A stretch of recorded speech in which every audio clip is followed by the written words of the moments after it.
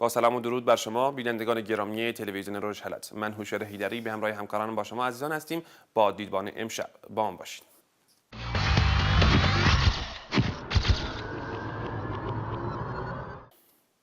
با نزدیک شدن به انتخابات ریاست جمهوری اغلب انتظار فضایی نسبتاً با سر رسانه‌ای در ایران داشتند، اما برخلاف این پیش‌بینی‌ها امسال شاهد دستگیری‌های گسترده روزنامه‌نگاران در تهران هستیم. در کردستان نیز پنجشنبه 17 اسفند ماه ماموران امنیتی با یورش به منزل خسرو کردپور روزنامه‌نگار و مدیر آژانس خبری مکریان وی را بازداشت کردند. همچنین بیش از 5 روزنامه‌نگار و فعال مطبوعاتی دیگر کرد نیز به دنبال وی بازداشت شدند. دیدبان امشب را به بحث در مورد چرایی این بازداشت‌ها و تأثیراتش اختصاص داده‌ایم.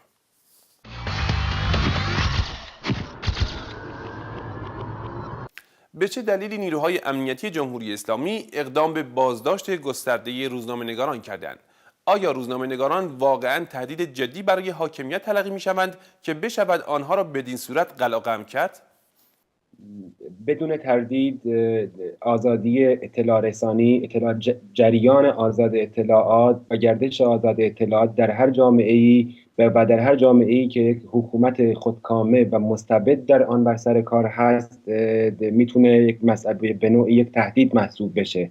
تجربه در جمهوری اسلامی و نحوه برخوردش با این مسئله نشون داده که مسئله اطلاع رسانی در حال حاضر و در گذشته براش از مسائل حائز اهمیت بوده و از این جهت همواره احساس نگرانی کرده است. در رابطه با بازداشت‌های اخیری که در کردستان صورت گرفته میشه به دلایل زیادی اشاره کرد. اولا به صورت تاریخی باز برخورد دستگاه امنیتی با مسئله آزادی بیان با روزنامه‌نگاران و با روزنامه‌ها برخورد خصمانه‌ای بوده و هیچگاه ما در هیچ دوره‌ای شرایط آزاد برای فعالیت روزنامه مطبوعاتی نداشتیم و همواره هم این برخوردها وجود داشته. منتها در حال حاضر ما در آستانه یک انتخابات دیگه در ایران هستیم و همونطور که در مرکز ایران به صورت گسترده با روزنامه‌ها و روزنامه‌نگاران برخورد شده طی ماه‌های گذشته، به نظر میرسه این بازداشت‌های کردستان هم در همون چارچوب و برای جلوگیری از صدای آزاد، برای جلوگیری از گردش آزاد اطلاعات در قبل از انتخابات، در حین انتخابات و احتمالاً بعد از انتخابات خواهد بود. در دنیای مدرن، در دنیایی که ما زندگی می‌کنیم، روزنامه‌نگاران یک پایه‌ای از جامعه هستند و اگه جامعه فاقد روزنامه‌نگار باشه، هم فساد در جامعه رواج پیدا میکنه و هم اینکه حوادث و وقایع به طور درست و صحیح نقل نمیشوند. این یک ایجاد و یک الزامی رو در وجود روزنامه‌نگاری به وجود آورده در دنیای امروز ما. جمهوری اسلامی نسبت به وقایع رو منتشر کردن و یا نشر اخبار مشکل نداره. با مثلا وقایع و حوادثی که توی جاده ها اتفاق میفته یا حتی مذاکرات مجلس میتونه نقل بشه و در مورد صحبت بشه، اما به پاره‌ای از مسائل حساسیت داره که اون رو نمیخواد جامعه بدونه. یعنی اون جاهایی که سرکوب داره میکنه، اون جاهایی که داره نقض قوانین حتی خودش رو داره میکنه، در اون موارد نمیخواد هیچ گونه خبری به هیچ گونه اطلاعی به جامعه داده بشه. به این دلیل شروع میکنه به دسته‌بندی کردن خبرنگارانی که توی این زمینه‌ها کار گزارشگری میکنن، از وقایعی که در داخل جامعه اتفاق میفته پرده برمی‌دارن، کارهای غلطی که انجام میشه یا مسائل خوبی که انجام میشه. به هر حال در هر دو سویه قضیه هستش، اما خب مسلماً به این به نفع دیکتاتوریای مطلق نیست، چون اونها همیشه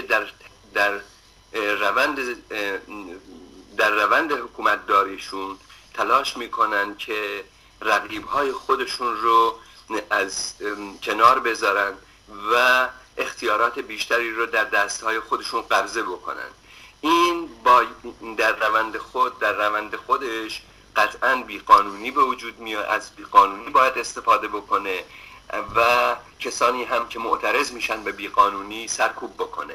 این جور وقایع رو جمهوری اسلامی علاقه نداره که درس پیدا بکنه، شنیده بشه برای همین هم گزارشگران این حوزه ها رو سرکوب میکنه.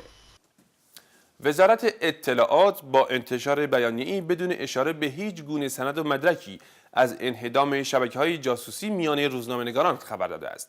آیا واقعاً روزنامه‌نگاران در ایران می‌توانند جاسوسی کنند؟ این اتهامات چه دلیلی داره؟ به نظر من این اتهام زنی و تهمت زنی در جمهوری اسلامی یک جوری وظیفه دائمی شده. همیشه به کسانی که دستگیر میکنن، بازداشت میکنن، بهشون اتهامات خیلی بزرگی میزنن و تهمت‌های بزرگی برای اونها درست میکنن.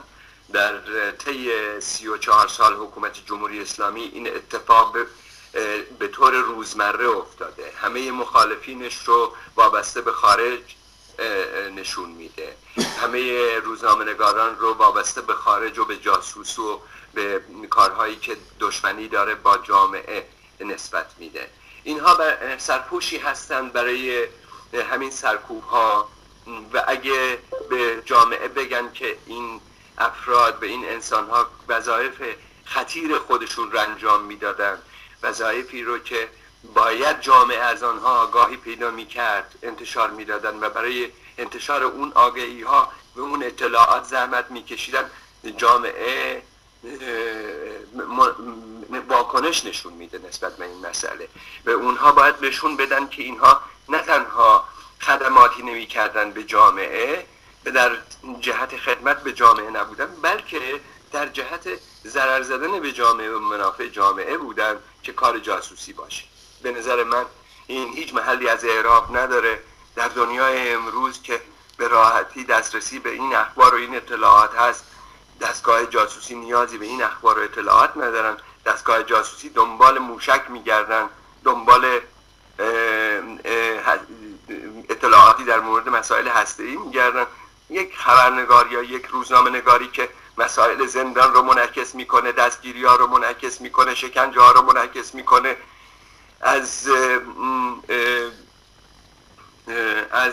مسائل مالی بانک ها پرده برمیداره، از نقض حقوق زنان حرف میزنه، از بیقانونی های کارمندان دولت و کاربدستان اداره اجرایی مملکت پرده برمیداره. این چه ربطی به جاسوسی داره؟ این چه ربطی داره به مسائلی که در عرف جاسوسی شناخته شده هستش؟ به نظر من این یک طنز خیلی خیلی تلخیه که در طول تاریخ، در دورانی که هنوز اطلاعات به این وسعت امروز مبادله نمی شدن، در جاهای مثل دوران استالینی در روسیه اتفاق افتاده یا در دوران هیتلر اتفاق افتاده، خبرنگار رو به جرم جاسوسی، اونم نه یکی دوتا، به 45 تا روزنامه نگار رو به زندان بندازی و اینها اتهام جاسوسی بزنی. این شدنی نیست. به جمهوری اسلامی باید بدونه که دنیای امروز دنیای زمان استالین نیست و جامعه فهمیده و میدونه که روزنامه نگاری که گزارش های حقوق بشری میده صرفاً به انتقام جویی از این کارها و این فعالیت هاست که به زندان افتاده و این اتهامات رو بهشون منتسب میکنن. نکته هایی که در بیانیه وزارت اطلاعات به آن اشاره شده در واقع همان نکته هایی هستند که همون مواردی هستند که به موازات اون در بعضی از رسانه‌های وابسته به این دستگاه امنیتی منتشر میشن. به صورت تاریخی اینجوری بوده که هر روزنامه‌نگاری رو یا هر فعال عقیدتی و سیاسی رو که بازداشت کردن، قبل از رسیدگی عادلانه در یک دادگاه با حضور وکیل و طبق قوانین، ابتدا اینها پیش دستی کرده و با طرح اتهامات سنگینی علیه این روزنامه‌نگاران قصد زمینه رو برای صدور احکام سنگین فراهم می‌کنند. موج جدید بازداشت روزنامه‌نگاران در ایران با واکنش‌های گسترده‌ای روبرو شده. 4 گزارشگر حقوق بشر سازمان ملل بازداشت روزنامه‌نگاران ایرانی را نقض آشکار حقوق بین الملل توصیف کردند. آیا ادامه چنین تلاش‌هایی در سطح بین المللی میتونه جمهوری اسلامی را از ادامه بازداشت‌ها منع کنه؟ اساساً اهمیت این مسئله در سطح بین المللی در چه حدی است؟ مثلا میتونه بر روند مذاکرات ایران با 5+1 تاثیر داشته باشه؟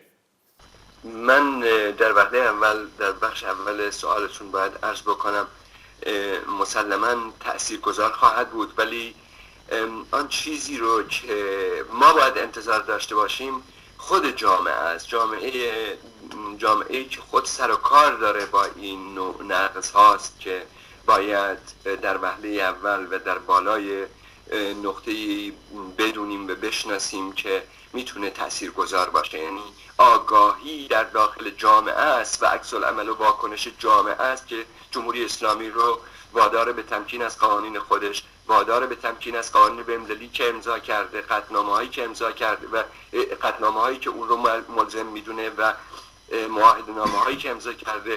اینها چیزهایی که جامعه باید از حاکمین ایران بخوان، از حاکمین استبداد مطلقه ایران بخوان. ولی مسلماً در نبود سازوکارهای کافی در داخل جامعه برای ابراز این مسائل و سرکوب شدیدی که در داخل میشه، ناچارن باید به مجامع بین‌المللی اتکا کرد و جامعه بین‌المللی میتونن در مواردی که با ایران در معامله و صحبت هستن در بود و باششون مسئله حقوق بشر در ایران رو حائز بکنن، از جمله سرکوب روزنامه‌نگاران رو. و همین هم هست که امروزه میبینیم جامعه بین‌الملل بیشتر از سابق نسبت به سرکوب ها در داخل ایران اعتراض میکنه، چون میبینه هر گونه اعتراضی در داخل با سرکوب خیلی خیلی شدیدی مواجه میشه. به نظر من مؤثر خواهد بود ایران، حاکمین ایران به سازمان‌های بین‌المللی، به سازمان‌های حقوق بشری، به جامعه جهانی خیلی خیلی زیاد حساس هست و برای همین هم هست که اجازه نمیده روزنامه‌نگاران خارجی هم به داخل ایران آزادانه بیان و سفر بکنن و مسائل داخل ایران رو برای جهانیان منعکس بکنن. بازداشت روزنامه‌نگاران در ایران متاسفانه تنها مورد نقض آشکار حقوق بین‌الملل نیست، طوری که 4 گزارشگر حقوق بشر سازمان ملل بر این مسئله تاکید کردند. ما می‌دونیم که روزانه در ایران در حوزه‌های مختلف به صورت سیستماتیک و مکرر نقض حقوق شهروندان صورت میگیره. اما واکنش‌های جهانی گرچه در نهایت موجب تغییر رفتار جمهوری اسلامی در رابطه با آزادی‌های اجتماعی و فردی در جامعه ایران نمیشه، اما از این حیث که میتونه توجه جامعه بین‌الملل رو به موارد نقض حقوق بشر در ایران جلب کنه، میتونه امر مثبتی محسوب بشه. کما اینکه در مواردی هم ما شاهد بودیم به علت فوکوس به هر حال جامعه بین‌المللی روی یک مورد خاص حقوق بشر تا حدودی موجب تغییر وضعیت یک زندانی شده. مثلا نمونه خانم نسرین ستوده رو میتونیم مثال بزنیم. گرچه تلاش‌های خود خانم ستوده در نهایت منجر به دریافت مرخصی شد، اما تلاش‌های جهانی و محکوم کردن این مسئله از طرف جامعه بین‌الملل روی این مسئله بی تردید نبوده. یا مسئله مرخصی آقای محمد صدیق کبودوند، دیگر روزنامه‌نگار زندانی، یا تلاش‌هایی که اون موقع و به هنگام بازداشت آقای عدنان حسنپور، دیگر روزنامه‌نگار زندانی کرد، صورت گرفت در کاهش حکم و شکستن حکمش در نهایت میتونه حداقل تأثیری بذاره، هرچند که تعیین کننده نیست این موضوع. منتها آیا این ارتباطی با مسئله هسته‌ای در ایران داشته باشه این فشارها؟ به نظر من خیر، چون به هر حال از نگاه جامعه بین‌الملل و از نگاه دول غربی مسئله هسته‌ای با مسئله حقوق بشر در ایران 2 حوزه جداگانه هست و اونها متاسفانه تجربه نشون داده تا الان که اونها براشون مسئله هسته‌ای حائز اهمیت اساسی و بنیادین هست تا مسئله حقوق بشر و گاهن به صورت فرمالیته و برای خالی نبودن عریضه اونها مسائل حقوق بشری و نقض حقوق بشر در ایران رو هم نشانه میگیرن. به صورت کلی اگر رویکرد کشورهای غربی رو در رابطه با 2 موضوع اصلی در ایران که یکی هسته‌ای هست که حقوق بشر در نظر بگیریم، رویکرد مثبتی ارزیابی نمیشه و بیشتر از اون که ارتباطی با زندگی روزمره مردم در ایران و کردستان داشته باشه، مرتبط با منافع سیاسی و منافع بین‌المللی کشورها و دولت هاست. جمهوری اسلامی از سوی نهادهای مدافع آزادی مطبوعات و اطلاع رسانی یکی از بزرگترین دشمنان آزادی و بزرگترین زندان روزنامه‌نگاران در دنیاست. در ایران همکنون بیش از 50 روزنامه‌نگار در زندان به سر میبرند. بر اساس آخرین جدول رده‌بندی آزادی بیان که روز 11 بهمن ماه از سوی سازمان گزارشگران بدون مرز منتشر شد، ایران از نظر آزادی مطبوعات در رتبه 174م در میان 179 کشور قرار دارد.